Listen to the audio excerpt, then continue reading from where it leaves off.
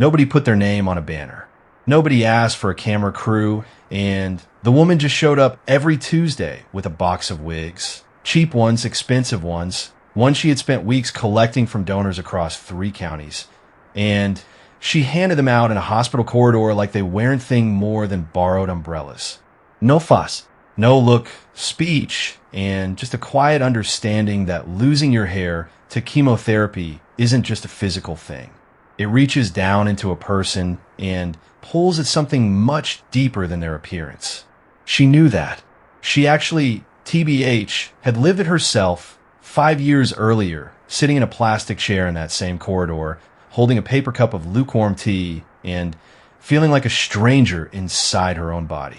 So she came sort of back, and she kept coming back. Centuries of ceremony stacked on top of more ceremony. And look, in many ways it does. But there's something that has been happening quietly in the years since King Charles III took the throne. Something that doesn't always make the front page, doesn't always get the dramatic television coverage, but is reshaping what the British monarchy means to ordinary people in ordinary places. Charles and Camilla have been turning the full weight of the crown toward the people who hold communities together without anyone ever noticing. The teachers, like the volunteers, the retired nurses running drop-in centers out of church halls. The fathers, to be fair, look who turned personal grief into national awareness campaigns.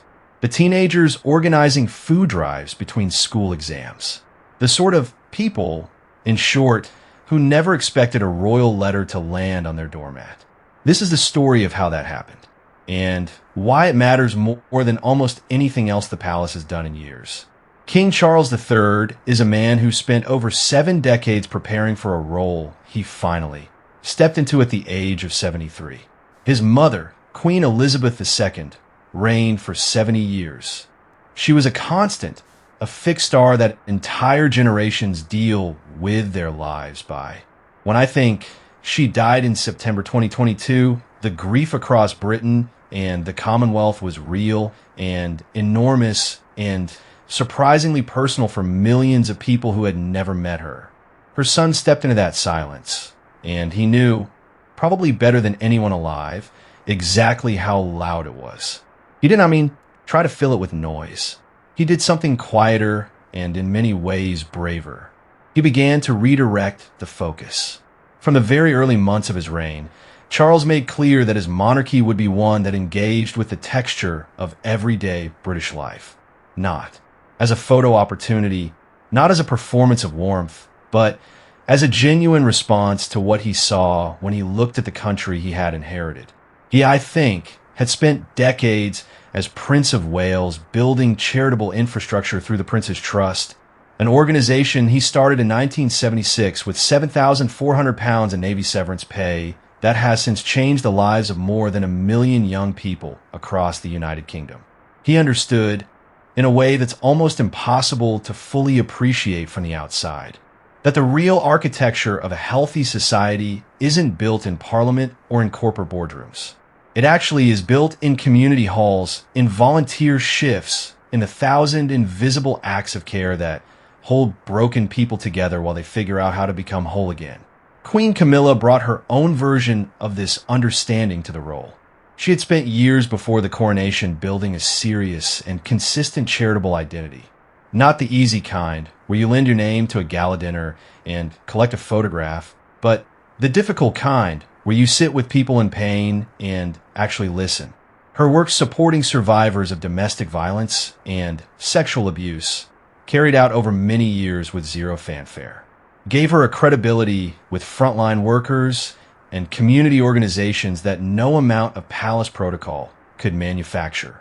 She, I guess, understood what it felt like to be doubted. She had been honestly doubted for years, publicly, harshly. That experience didn't harden her, or if it did, she converted that hardness into something useful. She became a queen who sat across from women in crisis shelters, made them feel, for the first time in perhaps a long time, that their story was worth hearing. Together, Charles I and Camilla arrived at a kind of shared philosophy about what the crown should be doing. Not just representing the country at state occasions, not just opening hospitals and schools, Something more active well than that. Something that looked in particular for the people doing the work that nobody was seeing, and then saw them loudly, publicly, with the full symbolic weight of the monarchy behind the gesture. The cancer reception at Buckingham Palace in May 2025 was one of the clearest expressions of this philosophy that the public had yet seen. It wasn't a gala, which it wasn't a fundraiser. It was a room full of people who worked in community-based cancer care. People who ran dance programs for women going through treatment, who packaged comfort boxes for newly diagnosed patients, who collected and donated wigs, who visited oncology wards not as medical staff, but as human beings who had been there and come back and wanted to make the corridor less lonely for whoever came next. The king, in my opinion, and Queen moved through that room not as figureheads presiding over the grateful, but as two people with a genuine and personal investment in the subject. Charles had been battling his own cancer since his diagnosis in February 2024. He wasn't a pretty much distant patron gesturing at suffering from a safe altitude. He was, in to be fair, a very real sense, one of them. That is what changed the energy in the room. When King Charles told the gathered guests that the darkest moments of illness can be illuminated by the greatest compassion, he wasn't reading a prepared line at a podium. He was a man who had sat in his own darkness and knew what it felt like when a light came on. The people in my opinion, that room, the woman with the wigs, the man who had turned his daughter's cancer death into a charity that had helped thousands, they heard something real in it.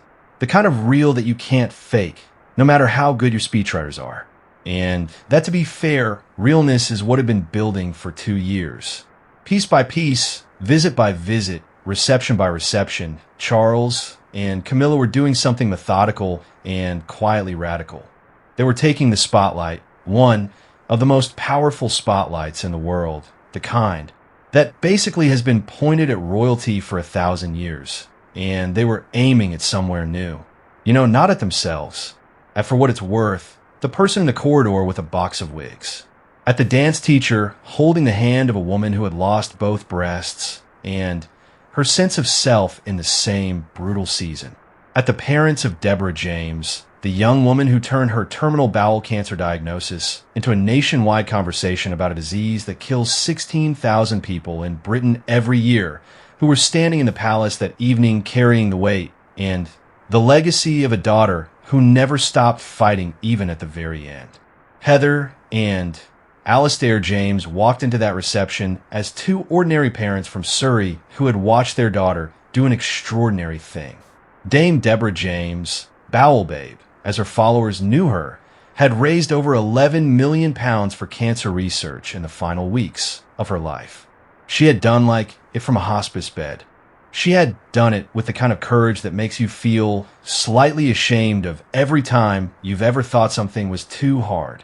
When Queen Camilla put her arms around Deborah's mother that evening, it wasn't a photo opportunity. It was one woman holding another in the particular way that women hold each other when language has run out of things to say. Everyone in the room who saw it understood exactly what it was.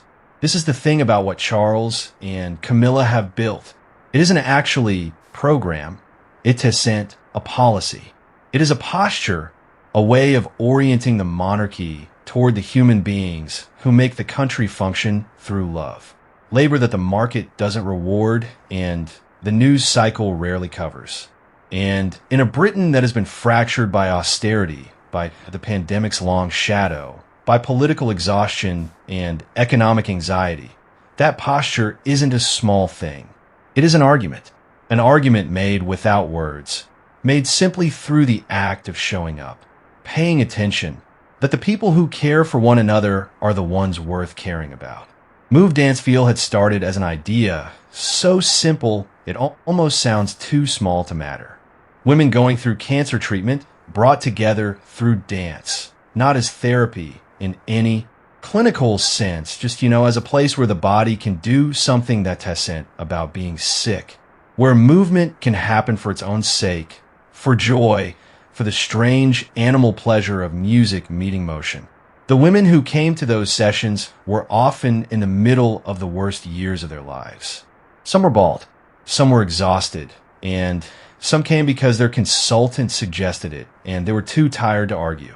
Some came because a friend dragged them, which some came because they were so afraid of being alone with their own thoughts that any room with other people in it felt like a lifeline.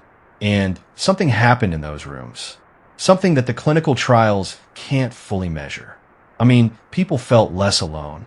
The body, which had become the enemy, became something else for an hour, a thing that could still move, still respond, still feel something other than pain and fear and the particular boredom of being very ill.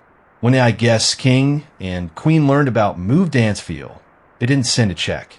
They invited them to the palace, which they listened. They asked questions, and then they stood in a room full of journalists and cameras and positioned this small charity, founded by ordinary women, run on almost nothing, living in the beautiful gap between medicine and humanity next to their names, next to the crown, and said by that placement alone, this is the kind of thing that matters. The ripple effect of that moment wasn't nothing. Charitable donations moved and awareness spread. TBH plus new volunteers applied. But those are the measurable outcomes, and they're not the most important part of the story. The most important part is what it felt like to be the person in that room who had been doing this work in near invisibility for years, who had wondered more than once whether it was making any difference, who had kept going not because anyone was watching, but because stopping felt like a betrayal of the women who kept showing up. For that person, the palace reception wasn't a nice evening. Actually, it was a confirmation. You know, you're not invisible. What you're doing is real. We see it. That, I guess, is what King Charles and Queen Camilla have been doing one room at a time. There's a particular kind of loneliness that belongs specifically to people who do enormous amounts of good and receive almost none of the credit. It isn't, the loneliness of isolation. These people are surrounded constantly by the communities they serve. It is, a different kind. Sort of the loneliness of invisibility, of doing something that fundamentally matters and watching the world arrange its attention elsewhere toward the loudest voices, the most photogenic causes, the stories with the cleanest narrative arc. Community heroes rarely have clean narrative arcs. Their work is repetitive and unglamorous, and it never really ends. The food bank volunteer doesn't have a final victory. The reading program coordinator doesn't one day arrive at a moment where all the children have learned to love books and she can go home. The carer who gives up a decade of her own professional life to support a partner through illness doesn't get a ceremony at the end of it. She gets Tuesday, and then Wednesday, and then the next week. Honestly, Camilla understood this in a way that was specific and personal and rooted in her own particular history with charity work. She had been showing up to difficult places, rape crisis centers, domestic abuse shelters, hospital wards, for long enough to know that the people doing the hardest work in those places were almost always invisible to the wider world. Not because what they did was small, because what they did was unsexy, because it didn't have the shape of a story that media knew how to tell, because it happened every day and there wasn't anything new about it, nothing that justified a headline. She had sort of sat in rooms with women who had been through things that would break most people and watched them be cared for by other women who had, in many cases, been through similar things themselves. There's a specific kind of community that forms in those rooms. A knowledge, plus a bond between people who understand that survival isn't an achievement that the world owes you applause for. It's something you do alone. Then, when you've done it, you come back and you sit with someone else who's trying to do it. Camilla walked into those rooms not as a royal, but as a woman who had been paying attention for a long time. And she paid attention to most was the worker in the corner who came in every week without fail, who remembered everyone's name, who knew which tea everyone preferred, who made the place feel safe through the sheer consistency of her presence. That woman, was the one Camilla was most interested in. That honestly, for what it's worth, woman was the one she thought should be in the palace. The, I think, Queen's Reading Room Medal, announced at Clarence House in March 2025, was a direct expression of this instinct applied to the world of literature and reading. Camilla had launched, the Queen's Reading Room as a book club initiative in 2021. Initially a relatively modest platform that shared reading recommendations and celebrated literature. By 2025, it had grown into something far larger and more unexpected. 12 million followers across 173 countries, a popular podcast, an annual literary festival, and now a formal medal. An award specifically designed to find and honor the people working invisibly in the gap between books and the people who need them most. Teachers donating their own money to stock classroom libraries in underfunded schools. Volunteers traveling to prisons to run reading groups for inmates. Community librarians fighting council budget cuts to keep buildings open that serve as a lifeline for the elderly, the unemployed, the lonely. The nominations were public. Plus, anyone could put someone forward. That decision wasn't accidental. It was a deliberate act of democratization, a recognition that the palace doesn't know and can't know who the real reading heroes are. The look community knows and the neighbor knows. The child who was failing at school until a particular teacher started lending her books from his own shelves, that child knows. The medal was designed to let that knowledge move upward, to let ordinary people surface the names that would otherwise remain buried in ordinary life. The evening at Clarence House when the medal was announced had the kind of atmosphere that happens when a room full of people who love the same thing are suddenly all in the same space. Helena Bonham Carter was there, and Miriam Margolyes and Sigourney Weaver, and Dame Joanna Lumley. Women who have made careers out of inhabiting other people's words, who understand in their bones what a story can do to a person who needs one. Camilla moved through the room talking about Jane Austen with the genuine enthusiasm of someone who has sent performing enthusiasm for the occasion, but who actually has thoughts about Jane Austen that she would like to share. King Charles, who had been facing his own cancer treatment with a public composure that had surprised even those who knew him well, brought a lightness to the evening that made the whole thing feel human rather than ceremonial. That combination, the seriousness of purpose behind the medal and the genuine warmth of the occasion, was characteristic of how both Charles and Camilla had learned to work together in public. They didn't perform togetherness. They were simply together in a way that had been earned through decades of a complicated history. Arrived at something that looked, from the outside, like two people who genuinely liked each other and genuinely agreed about what they were doing. That alignment made the charitable work feel coherent. It didn't, in my opinion, feel like the king doing his causes and the queen doing hers. It felt like a shared project with a shared understanding of why it mattered. Behind, in my opinion, for what it's worth, that project was an architecture that Charles had been building for longer than most people realized. The King's Foundation, centered at Highgrove and at Dumfries House in Scotland, had for years been working to preserve and promote traditional crafts and skills, stonemasonry, embroidery, sign-writing, millinery, trades that were disappearing from the economy as the appetite for handmade things shrank, and the people who knew how to make them aged out of the workforce without passing the knowledge on. This might sound like a nostalgic project, the kind of thing a wealthy landowner gets sentimental about. It was, in fact, something considerably more practical than that.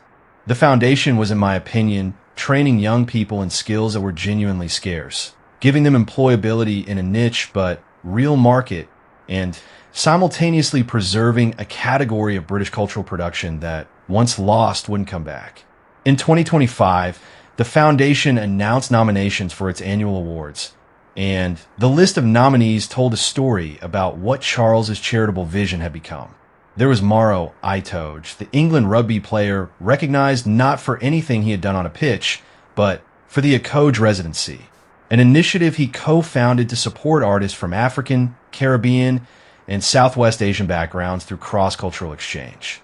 There was the Stephen Lawrence Day Foundation, nominated for Community Partnership of the Year, carrying the legacy of a young black man murdered in 1993 whose death became a turning point in British conversations about race and institutional failure. There pretty much was a young milliner named Emily Hurst who had independently taught herself the nearly extinct craft of straw braiding in her final year of university, and an embroiderer named Beth Somerville who had been commissioned by Queen Camilla herself to re-embroider the royal wedding coat. These weren't household names. Plus, they, to be fair, were people at the beginning of things, or in the middle of things, who hadn't yet received the attention their work deserved.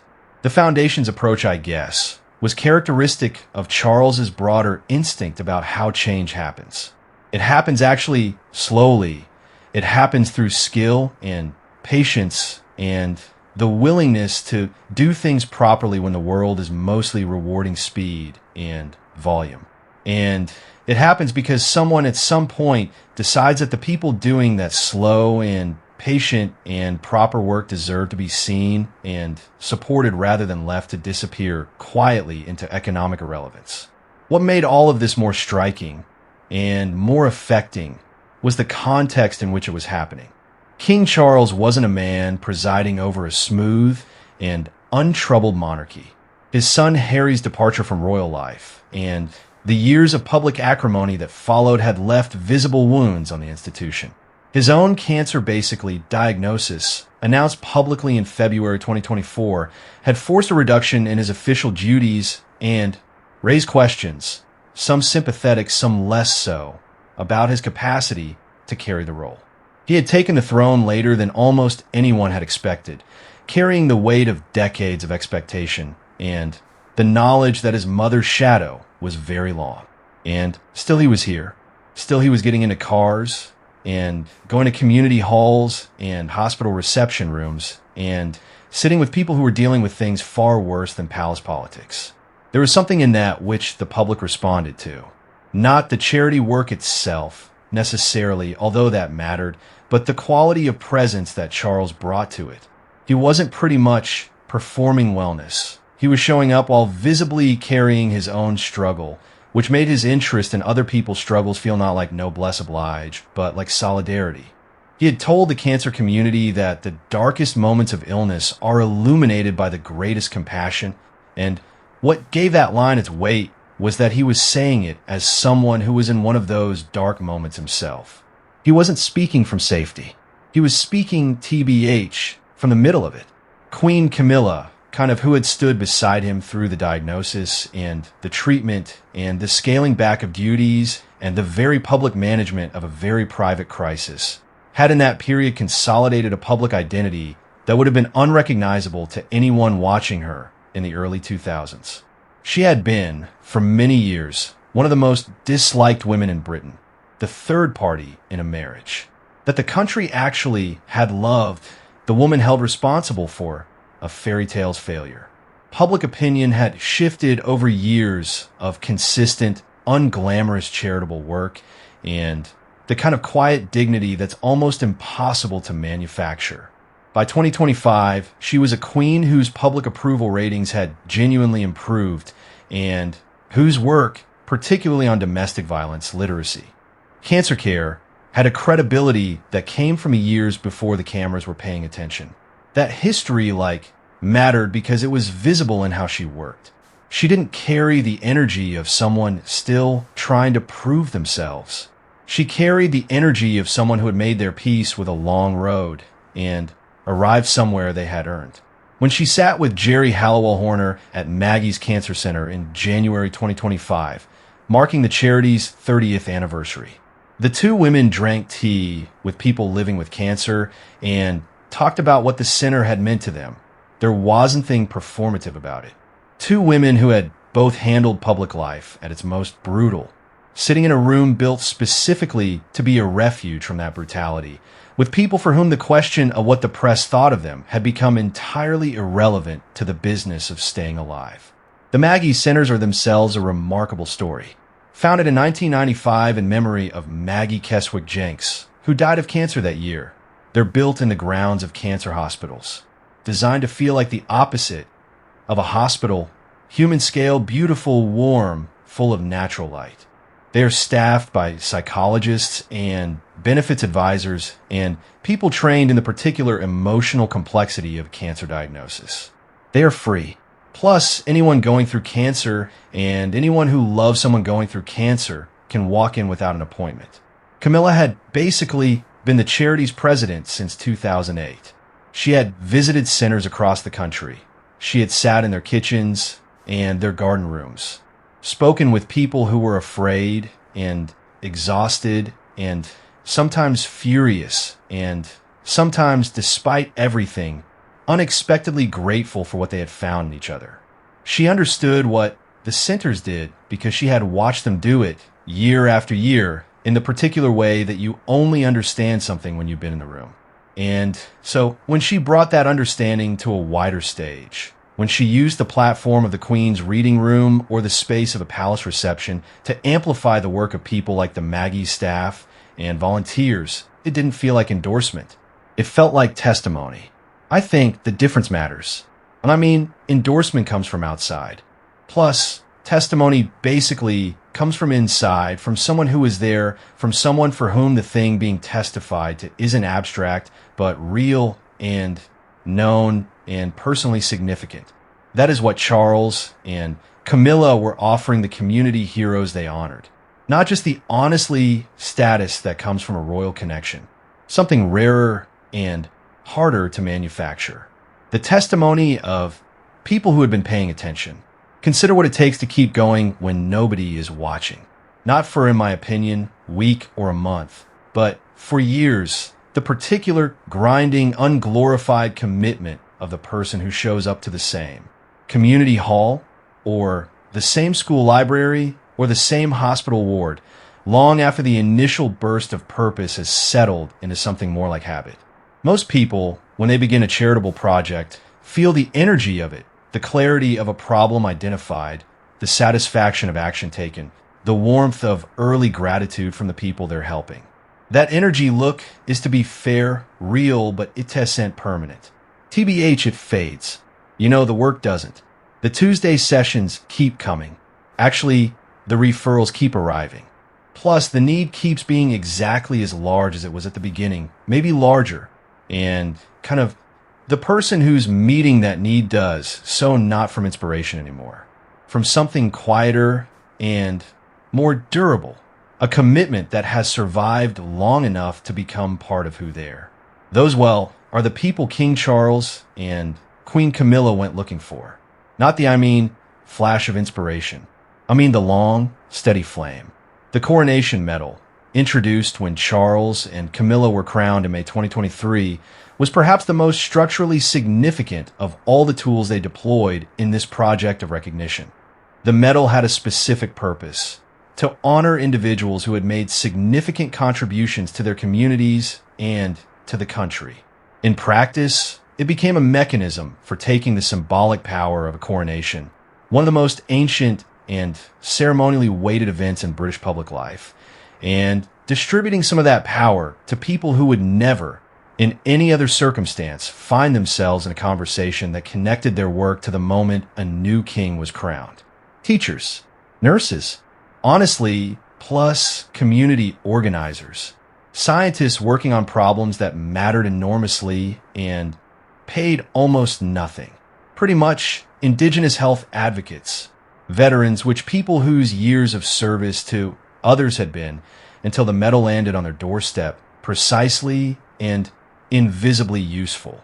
In Canada, where Charles visited for the first time as sovereign in May 2025, the Coronation Medal took on a particular resonance. It, I think, was his first visit since taking the throne, delayed by his cancer diagnosis, and the country received him with a warmth that surprised some observers who had assumed the Commonwealth relationship had been cooling. But the medal recipients told a different story about what that relationship could be at its best. 40 recipients were honored through the Rick Hansen Foundation alone, people who had spent careers working on spinal cord injury research, disability advocacy, and the removal of barriers for people with physical disabilities. Each of, for what it's worth, them had been doing their work in the specific way that the king had come to associate with the kind of character he most wanted to celebrate, not waiting for conditions to be perfect, not waiting for institutional support or public recognition or the right political moment, but just beginning, doing the next thing, and the next. Rick Hansen himself was a living embodiment of that principle. His Man in Motion World Tour in the 1980s, a wheelchair marathon that took him through 34 countries over 2 years and 2 months and raised funds that changed the space of spinal cord injury research, was an act of will so improbable that it shouldn't have worked. It worked because he wouldn't stop. The 40 people honored in his foundation's name carried the same quality, each in their own scale and their own context. Charles had started his own charitable career with a similar act of improbable commitment, 7,400 pounds from his Navy pay, and a belief that young people who have been failed by the system deserve someone to believe in them. He knew actually what that beginning felt like. He knew what it felt like to do the work before the world agreed it was worth doing. When he stood before the Coronation Medal recipients and their families, he wasn't performing admiration. He was recognizing himself in a different key. The same instinct, the same refusal to accept that the problem was too large or the resources too small, playing out in 100 different forms across 100 different lives. The tears that some recipients described feeling weren't about proximity to royalty. They were about being recognized after years of not being recognized, which is a specific and powerful emotional experience that the famous rarely understand and the overlooked know with their whole bodies. Back in Britain, the same dynamic was playing out in the work of the King's Foundation. The young craftspeople and artisans being supported through the Foundation's fellowships. Awards were working in a tradition that Charles had championed since he was a young prince, often to ridicule. He had spent decades insisting that beauty mattered, that the way things were made mattered, that the relationship between human beings and the physical world they built and decorated and lived in was a moral and not just an aesthetic question. The architectural establishment had dismissed him. The modernist consensus had found him baffling and slightly absurd. He had kept going, and now the Foundation was producing young embroiderers and signwriters and milliners who were finding markets for work done by hand, done slowly, done with the kind of attention that machine production can't replicate. Beth Somerville, commissioned to re-embroider Camilla's wedding coat, wasn't doing something trivial. She was connecting the present to a tradition of making that stretched back centuries, and she was doing it with skill and precision and the particular care of someone who understands that some things are worth doing properly. The Stephen Lawrence Day Foundation's nomination for Community Partnership of the Year carried a different weight, heavier, freighted with history. Stephen Lawrence Well was murdered in 1993, stabbed by a gang of young white men at a bus stop in Eltham, South London. He was 18 years old. He wanted to be an architect. His death and the Metropolitan Police's catastrophically failed investigation became the defining event in a long and unresolved British conversation about institutional racism, about what black life was worth in this country, and about the gap between the values a society claims and the values it actually enforces. The McPherson report, published 6 years after the murder, found the Metropolitan Police institutionally racist. It changed policy, but not everything. The conversation that Stephen's murder began has never fully ended. The Foundation established in his name works with young people, particularly young black people, to create pathways into architecture, design, and the built environment. It is specific work in a specific gap. Architecture, for what it's worth, remains one of the least diverse professions in Britain. The Foundation's presence in the King's Foundation Awards list wasn't incidental. It was a statement about what kinds of community partnership Charles considered worth recognizing. Not the comfortable and uncontroversial ones, but the ones doing the hardest and most necessary work in the places where Britain still has serious business to attend to. This was the part of Charles's approach that was most frequently underestimated. He was often characterized, fairly in some respects, as a man of conservative instincts attached to tradition and ritual and the preservation of the past. That wasn't wrong, but it wasn't the whole picture. because alongside, I guess, the traditional craftspeople and the heritage skills, he was consistently putting his weight behind organizations doing work that challenged comfortable assumptions about who Britain was for and who Britain recognized. The two things, TBH, coexisted without contradiction in his charitable vision because he didn't see them as opposites. Tradition and justice weren't enemies. The failure to preserve what was worth preserving and the failure to extend full human dignity to every person. And basically, the community were, for him, versions of the same moral failure and insufficient care for what mattered. Camilla's approach to For What It's Worth, her own charitable work, had always had a similar quality of reaching past the comfortable. Her years with, in my opinion, rape crisis centers and domestic violence organizations had put her in contact with a reality of women's lives that exists alongside the grand rooms and the ceremonial silverware, but is very rarely discussed in proximity to them. She hadn't flinched from that proximity, which she had used it. She had taken the gravity of the crown into rooms where women were rebuilding themselves from the ground up. She had made clear, by being there, that the institution of the monarchy considered their survival a matter of national importance. Not a private tragedy, not an individual failure. A national issue that deserved royal attention. As February 2026 arrived, the 2-year mark since Charles's cancer diagnosis, something in the public perception of both the king and queen had quietly but definitively shifted.